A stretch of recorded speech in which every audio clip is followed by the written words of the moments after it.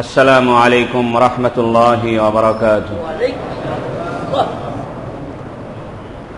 الحمد لله وكفى وسلام على عباده الذين اصطفى. الحمد لله الذي وحده والصلاة والسلام على من لا نبي بعده وبشانه قال جل وعلا إن الله وملائكته يصلون على النبي يا أيها الذين آمنوا صلوا عليه وسلموا تسليما.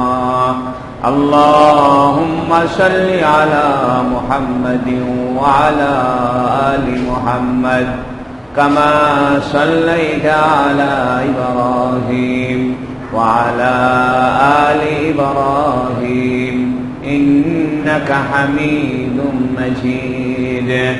اللهم بارك على محمد وعلى آل محمد كما باركت على إبراهيم وعلى آل إبراهيم إنك حميد مجيد. أما بعد فقد قال جل وعلا إن مع العسر يسرا. وقال النبي صلى الله عليه وسلم الدين يسر أو كما قال عليه الصلاة والسلام. الحمد لله আল্লাহ তাবারাক ওয়া তাআলার বড় মেহেরবানি যে আল্লাহ রাব্বুল ইজ্জত রবিউল আউয়াল মাসের আখেরি জুমার নামাজে আল্লাহর ঘর মসজিদে আসার বসার তৌফিক দান করেছে। বলুন আলহামদুলিল্লাহ। আল্লাহ তাবারাক ওয়া তাআলা আমাদেরকে যে দ্বীন দান করেছেন, যে ইসলাম ঈমান দান করেছেন, এই ঈমান আর ইসলাম এর সূচনা হয়েছিল আদম আলাইহিস সালাম থেকে নিয়ে। আমরা এই কথা জেনেছি গত সপ্তাহে যে আদম আলাইহিস সালাম থেকে নিয়ে নূহ আলাইহিস সালাম পর্যন্ত নবীদের কাজ ছিল শুধু তৌহিদের বাণী প্রচার করা। কোন ইবাদতের কোন সংশ্লিষ্টতা নূহ আলাইহিস সালাম পর্যন্ত ছিল না। অর্থাৎ উম্মতের জন্য নতুন কোন ইবাদত ছিল না, বরং আল্লাহকে এক মানা এবং দুনিয়াটাকে বসবাসযোগ্য করবার যে ব্যবস্থাপনা, এটা ছিল নূহ আলাইহিস সালাম পর্যন্ত। নূহ আলাইহিস সালাম থেকে নিয়ে সর্বপ্রথম শরীয়তের সূচনা আরম্ভ হয়। ইবাদত, বিভিন্ন বিধিবিধান, হারাম হালাল এবং বিভিন্ন ইবাদতের নিয়ম কানুন, পদ্ধতি, মাসলা মাসাইল, এগুলো শুরু হয়। এই শরীয়তের এই সূচনা নূহ আলাইহিস সালাম হওয়ার পরে ইব্রাহিম আলাইহিস সালামের সময় এসে শরীয়তটা একটি জাতিগত বৈশিষ্ট্যে পরিণত হয় এবং বড় একটি মহান জাতির পিতা হিসেবে ইব্রাহিম আলাইহিস সালামকে স্বীকৃতি দেওয়া হয়। এই জন্য আল্লাহ পাক কোরআনে বলেছেন মিল্লাতু আবিকুম ইব্রাহিম হুয়া সাম্মাকুমুল মুসলিমিন।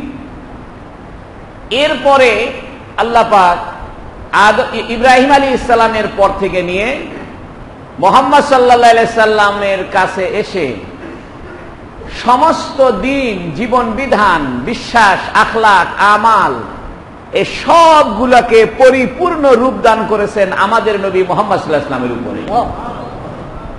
পাঁচটি বিষয়ের নাম দিন। তিনটে শব্দ রয়েছে, শব্দগুলো বোঝা দরকার। একটা শব্দ হলো ঈমান, একটা হলো ইসলাম, একটা হলো দিন। আমরা বলি দিনদারি, দিনী মাদ্রাসা, দিনদার লোক। ঈমান এটা আভ্যন্তরীণ বিষয়, বিশ্বাসগত বিষয়, আকীদাগত বিষয়, যে ফেরেশতা রয়েছে, জান্নাত জাহান্নাম রয়েছে, আল্লাহ বহু নবী পাঠিয়েছিলেন, মৃত্যুর পরে আমাদেরকে পুনরায় জীবিত হতে হবে, এক কথায় মৌলিক 7টি বিষয়ের উপরে বিশ্বাস করার নাম ঈমান।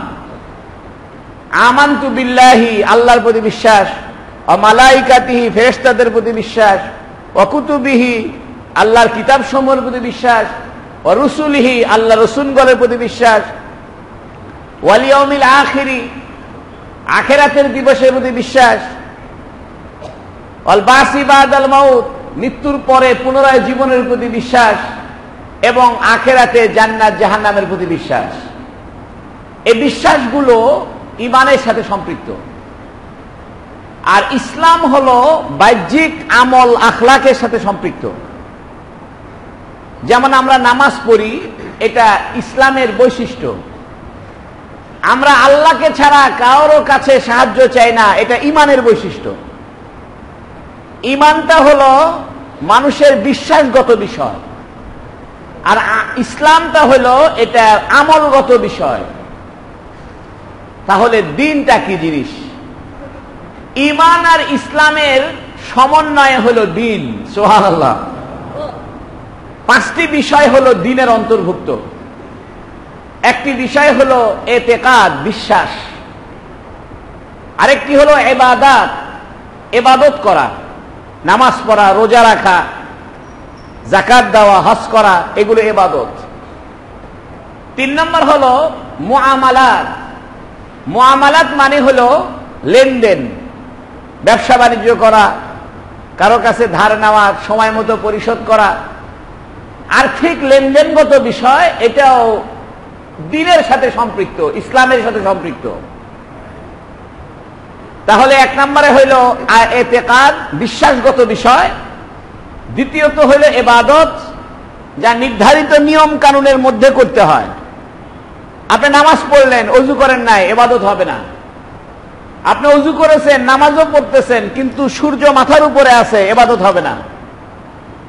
আপনি সেহরি খেয়েছেন, ইফতার খাইতেছেন, রোজা রাখছেন, কিন্তু ঈদের দিন রোজা রাখছেন, হারাম হবে। অর্থাৎ আপনার মনে চাইলেই যে কোনো ভাবে আপনি ইবাদত করতে পারেন না।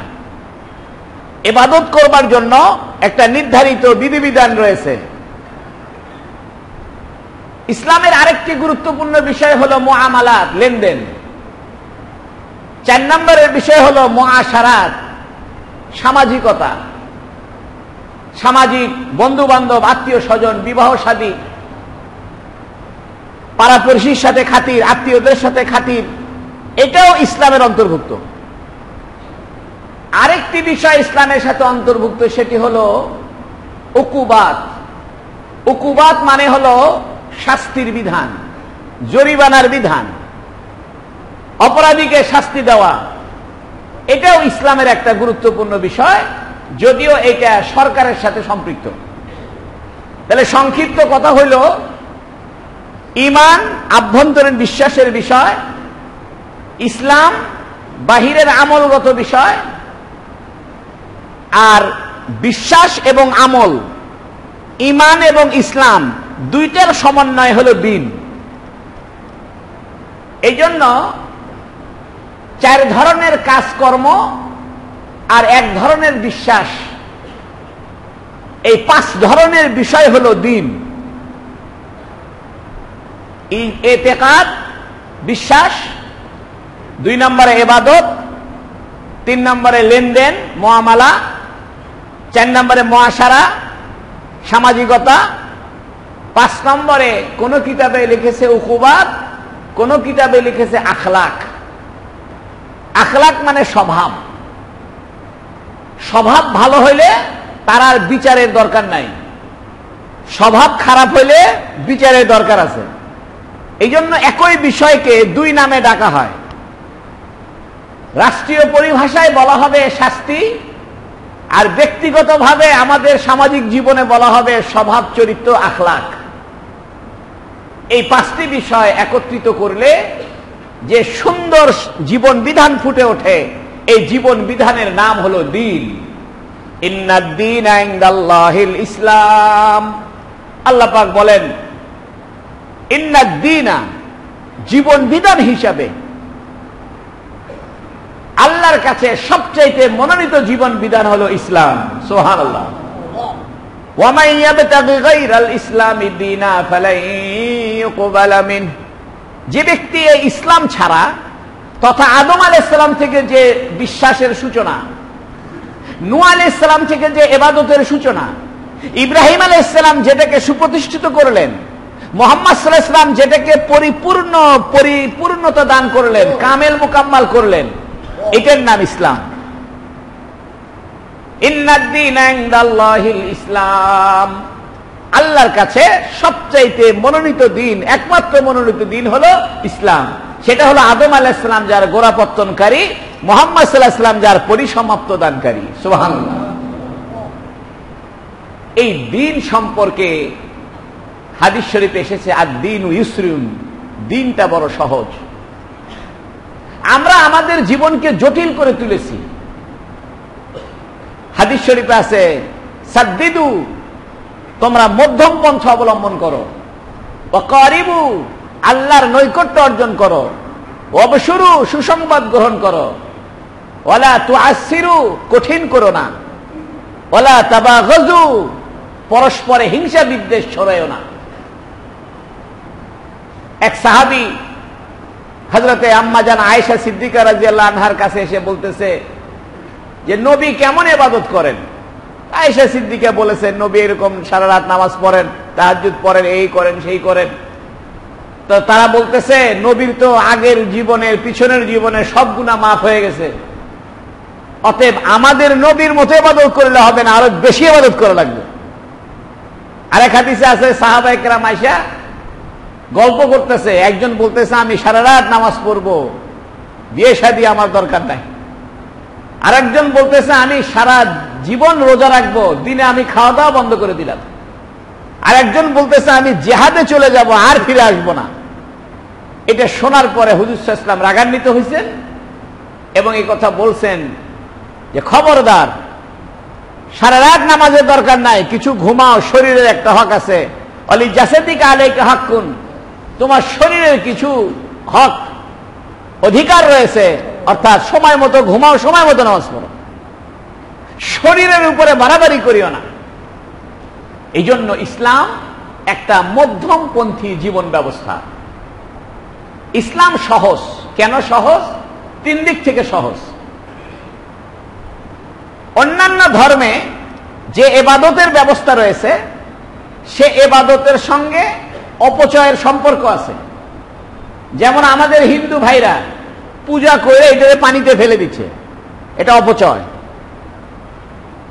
ইসলাম এমন কোন কাজ করবে না যেটা অপচয় হয়, বরং মানুষের দৈনন্দিন জীবন যাপন ব্যবস্থা এইটাকেই ইসলাম ইবাদত বানায় দিয়েছে। সুবহানাল্লাহ। কিরকম দেখেন, আমরা স্বভাবগতভাবে আমাদেরকে রাত্রে ঘুমাইতেই হবে। ইসলাম ঘুমটাকে ইবাদত বানিয়ে দিয়েছে। যদি কেউ ঘুমানোর সময় সুন্নত তরিকায় ঘুমায়, ঘুমের সময় ডাইন কাত হয়ে ঘুমাইলো, ওযু অবস্থায় ঘুমাইলো, একটা দোয়া পড়ে ঘুমাইলো, ঘুম থেকে উঠার সময় একটা দোয়া পড়ে উঠলো, সে যদি সুন্নত তরিকায় নবী সাল্লাল্লাহু আলাইহি ওয়াসাল্লাম যেভাবে ঘুমিয়েছেন, যেভাবে ঘুমের ব্যবস্থা করেছেন, এটা যদি সে পালন করে, যতক্ষণ ঘুমাবে তার আমলনামায় সওয়াব আর সওয়াব লেখা হবে। বাথরুমে যাওয়া, শৌচকার্য করা, পায়খানা প্রস্রাব করা, এটা আমাদের স্বভাবগত বিষয়। ইসলাম এই স্বভাবগত বিষয়কে ইবাদত বানিয়ে দিয়েছে। বলছে তুমি যে পায়খানা প্রস্রাব করবা, তুমি যদি বাথরুমে যাওয়ার সময় বাম পা আগে দিয়ে যাও, দোয়া পড়ে যাও, বের হওয়ার সময় ডান পা আগে দাও, যতক্ষণ বাথরুমে থাকবা ততক্ষণ তোমার আমলনামার ভিতর সওয়াব আর সওয়াব লেখা হবে। খাওয়া দাওয়া করা এটা মানুষের স্বভাবগত বৈশিষ্ট্য। ইসলাম খাওয়া দাওয়াকে ইবাদত করে দিছে।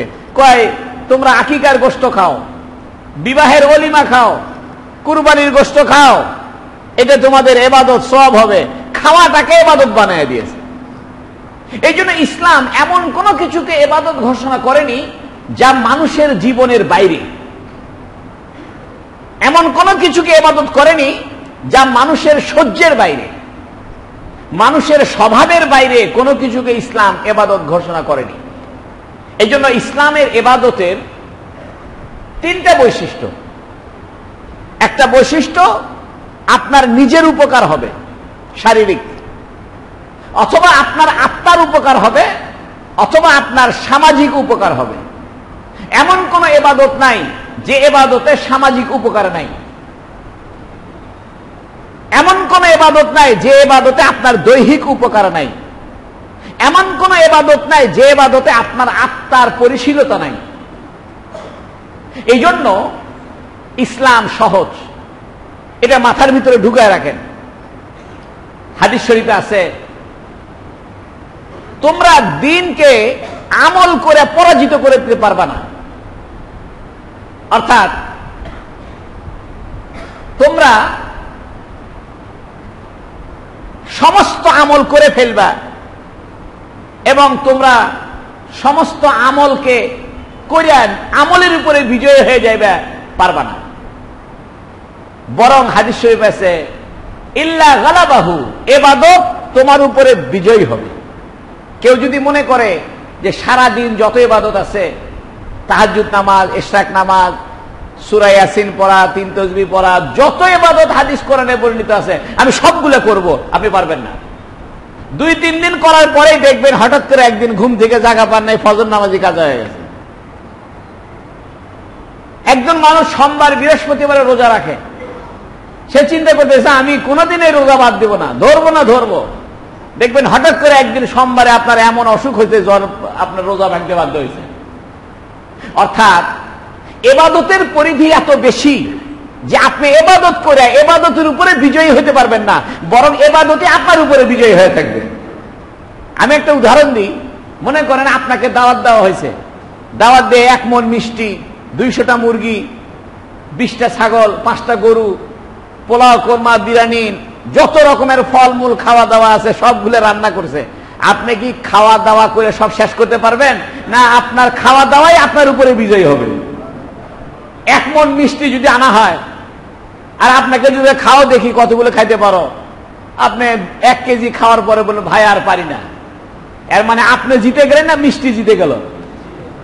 ইসলামের ইবাদতের সংখ্যা এত বেশি যে আপনি যতই ইবাদত করেন না কেন, আপনি ইবাদত কইরা ইবাদতের উপরে বিজয়ী হতে পারবেন না, বরং ইবাদত আপনার উপরে বিজয়ী থাকবে। সুবহানাল্লাহ। কারণ ইবাদত কার? আল্লাহ যেহেতু বড়, আল্লাহর ইবাদতটাও বড়। সুবহানাল্লাহ। এই জন্য ইবাদত করে কেউ জান্নাত পাবে না, মনে রাখেন। তাহলে আপনি বলতে পারেন হুজুর তাহলে ইবাদত করে লাভ কি? ইবাদত করে জান্নাত পাবে না, কারণ আপনি তো আল্লাহর যথোপযুক্ত ইবাদত করতেই পারবেন না। ইবাদতের সংখ্যা এত বেশি, ইবাদতের গুণগত মান এত ব্যাপক, আল্লাহ যত বড় আল্লাহর ইবাদতটাও তত বড়। অতএব ইবাদত করে আপনি ইবাদতকে ঘায়েল করে দিবেন, ইবাদতের উপরে বিজয়ী হয়ে যাবেন, এর মানে হলো আপনি আল্লাহর বড়ত্বের উপরে বিজয়ী হতে চান। এই জন্য মানুষকে আল্লাহ পাক সৃষ্টি করেছে দুর্বল করে। এই জন্য যদি কখনো কোনো আমল ছুটে যায়, আফসোস না করিয়া বরং একথা চিন্তা করবেন যে আমি তো আল্লাহর ইবাদতের উপরে বিজয়ী হতে পারবো না, বরং আল্লাহর ইবাদত আমার উপরে বিজয়ী হবে। অর্থাৎ আমার যে হঠাৎ করে কোনো ইবাদত ছুটে গেল, এটা আমি অপারগ হয়ে গেলাম আল্লাহর ইবাদতের কাছে। সুবহানাল্লাহ। এটা দুইটা দিক। আফসোস তো করবেন যে আরে আমার নামাজ কাজা হয়ে গেছে, আল্লাহ আমারে মাফ করে দাও। এক বুজুর্গ আছে, তার মুরিদে একদিন ফজরের সুন্নত পায় নাই, তাকবীরে উলা পায় নাই, তো পীর সাহেবের মুরিদের উপরে খুব খেপা, এই তাকবীরে উলা পাও না। এটা বলার সময় পীর সাহেবের অন্তরের ভিতরে একটু ভাব এসে গেছে, আমার 40 বছর হলো আমার ফজর নামাজ কাজা হয় না, তাহাজ্জুদ কাজা হয় না, আর কি মুরিদ বানাইলাম, মুরিদের জামাত পায় না। যখন ভাব এসে গেছে, পরের দিন পীর সাহেবের এমন ঘুম আসছে, ফজর নামাজ কাজা হয়ে গেছে। কারণ কি জানেন? আল্লাহ আমার আর আপনার ইবাদতের মুখাপেক্ষী নয়।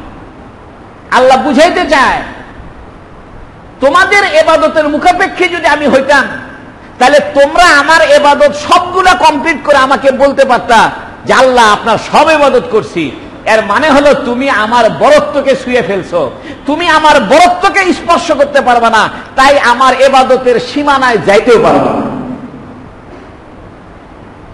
এই জন্য হুজুর সাল্লাল্লাহু আলাইহি সাল্লাম তার আগের পিছনের সমস্ত গুনাহ মাফ করার পরেও আল্লাহ পাক ঘোষণা দিয়েছেন, কদ গুফিরা লাকা মা তাকাদ্দামা মিন যামবিকা মা তাআখার। ইয়া রাসূলুল্লাহ, আপনার পূর্বে পিছনে সমস্ত গুনাহ মাফ।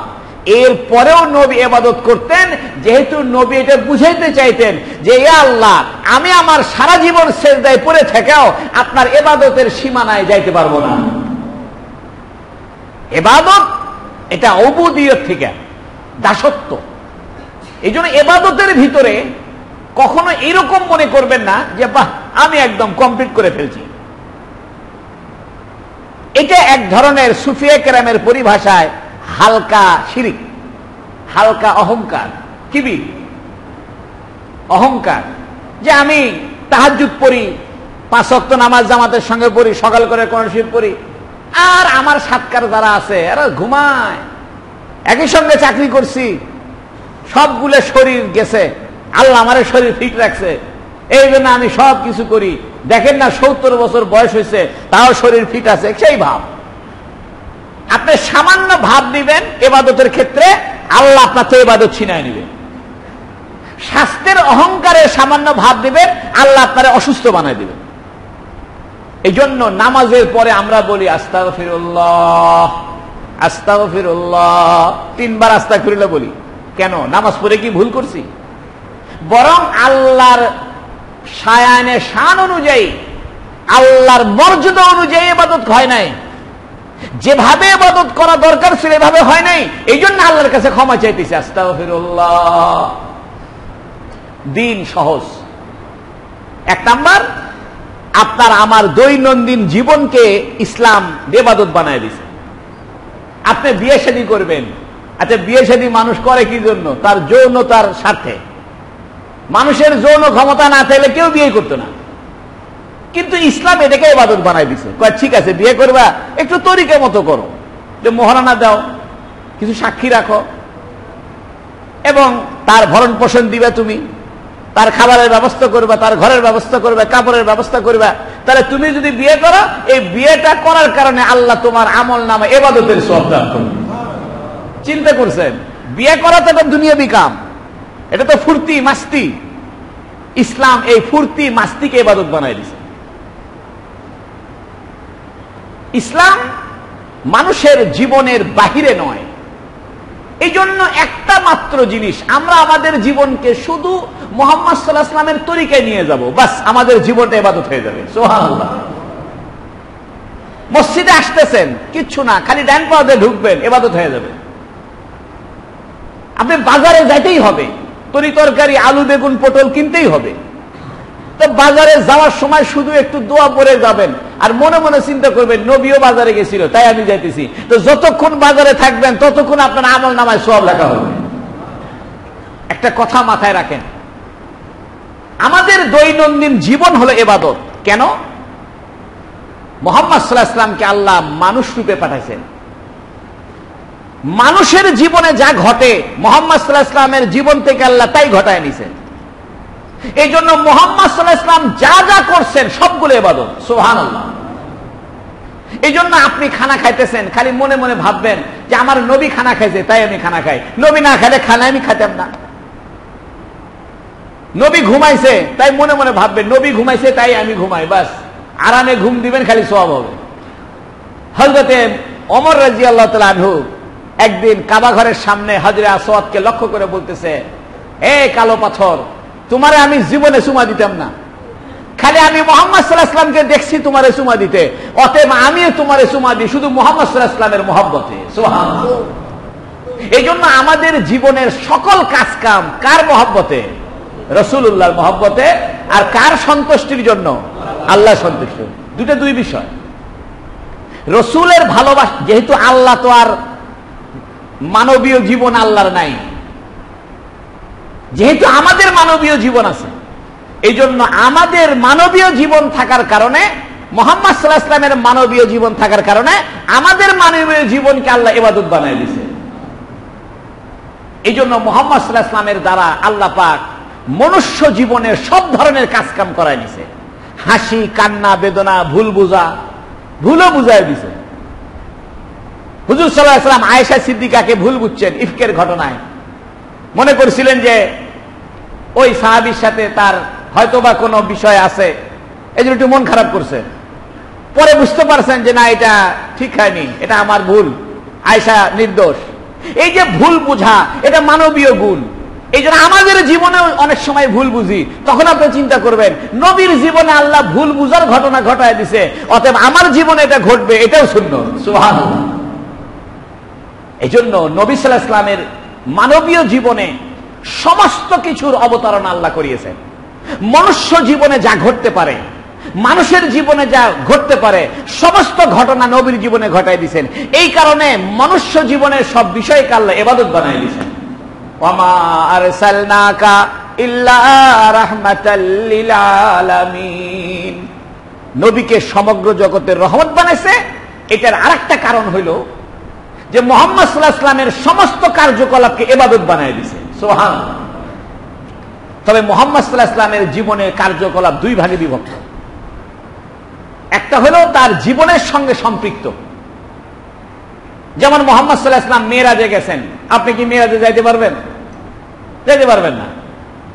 তাহলে আপনি এই হাদিসের উপর আমল করবেন কেমনে? কয় মেরাজের শিক্ষা গ্রহণ করব। মেরাজ থেকে নবী 5 ওয়াক্ত নামাজ নিয়ে আসছেন, এটা আমি আদায় করব।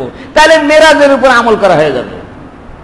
নবী আলাইহিস সালাম 13 জন স্ত্রী গ্রহণ করেছেন। 9 জন স্ত্রী ছিল বেঁচে থাকার, ইন্তেকালের সময় 9 জন স্ত্রী বেঁচে ছিলেন। 11 জন স্ত্রী ছিলেন, আর 2 জন এটা দাসী ছিল, কিন্তু নবী আলাইহিস সালাম তাদেরকে স্ত্রী মর্যাদায় রাখছেন। এই 11 আর 2 13। এখন নবী আলাইহিস সালাম 13টা বিয়ে করছেন। আপনি চিন্তা করতে পারেন আমিও তাহলে 13টা বিয়ে করি, কারণ না, নবী আমার নিষেধ করে গেছেন 4-এর অধিক বিয়ে করা যাবে না।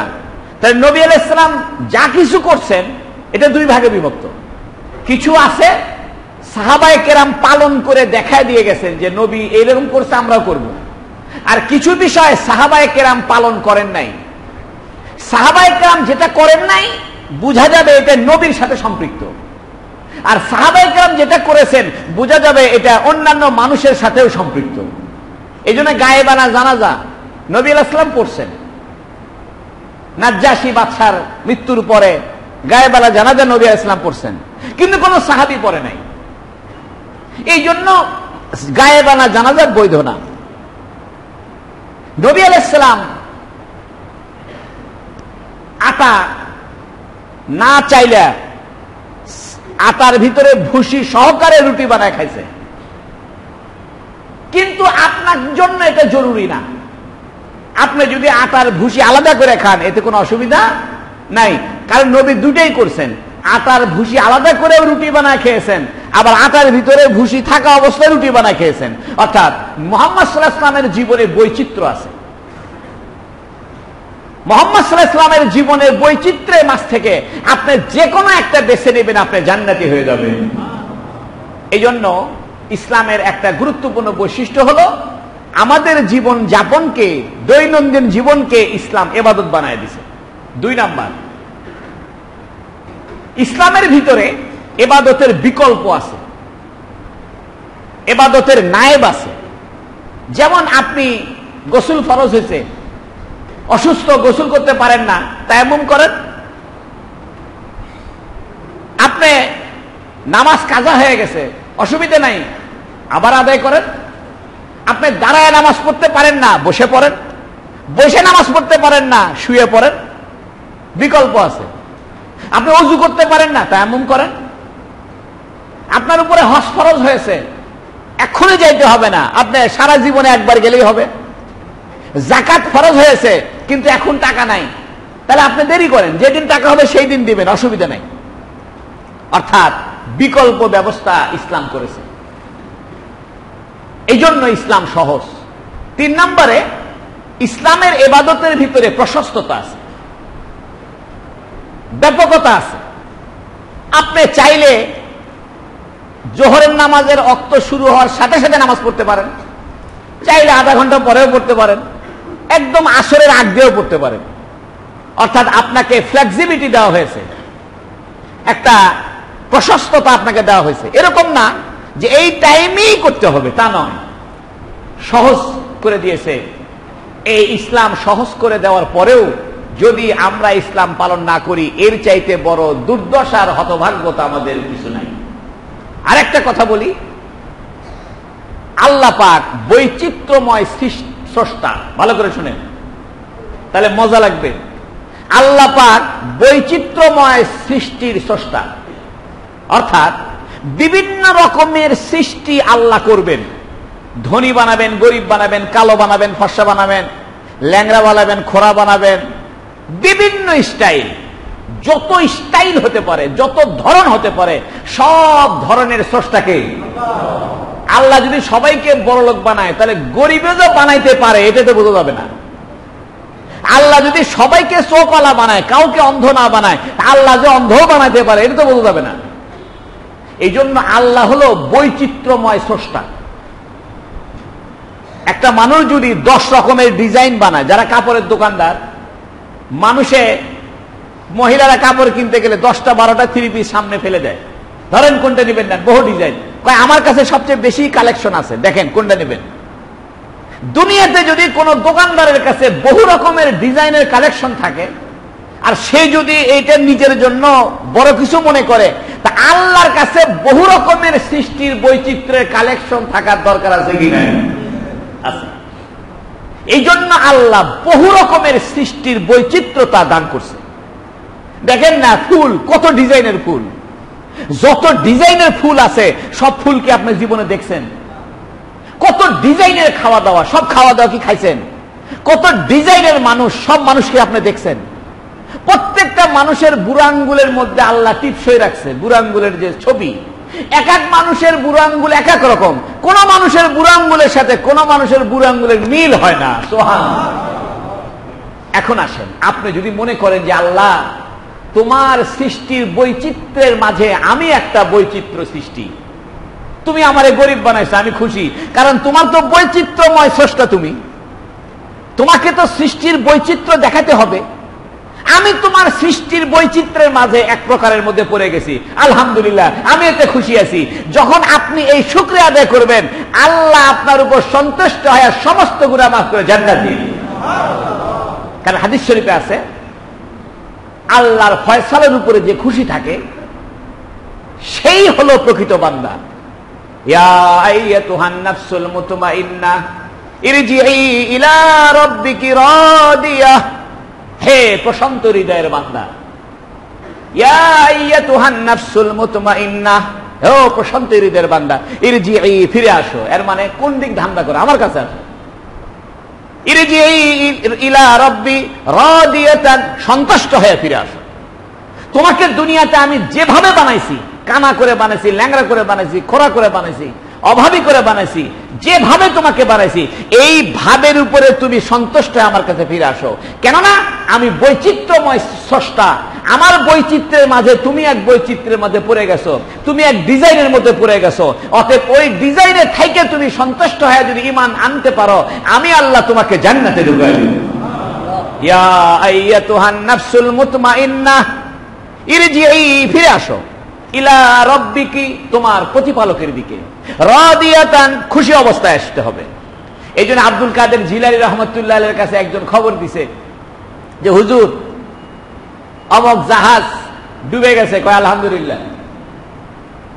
কয় হুজুর অমুক জাহাজ ডুবে নাই, এটা ভুল কথা, জাহাজ ঠিকই আছে, কয় আলহামদুলিল্লাহ। কয় হুজুর আপনি সবসময় আলহামদুলিল্লাহ কন, কয় সবসময় আলহামদুলিল্লাহ বলবো না, আল্লাহর ফয়সালার উপর রাজি থাকাই তো বান্দার কাজ। সুবহানাল্লাহ। হুজুর সাল্লাল্লাহু আলাইহি ওয়াসাল্লামের এক কন্যা, সম্ভবত উম্মে কুলসুম, তার একটা ছোট্ট বাচ্চা মারা গেছে।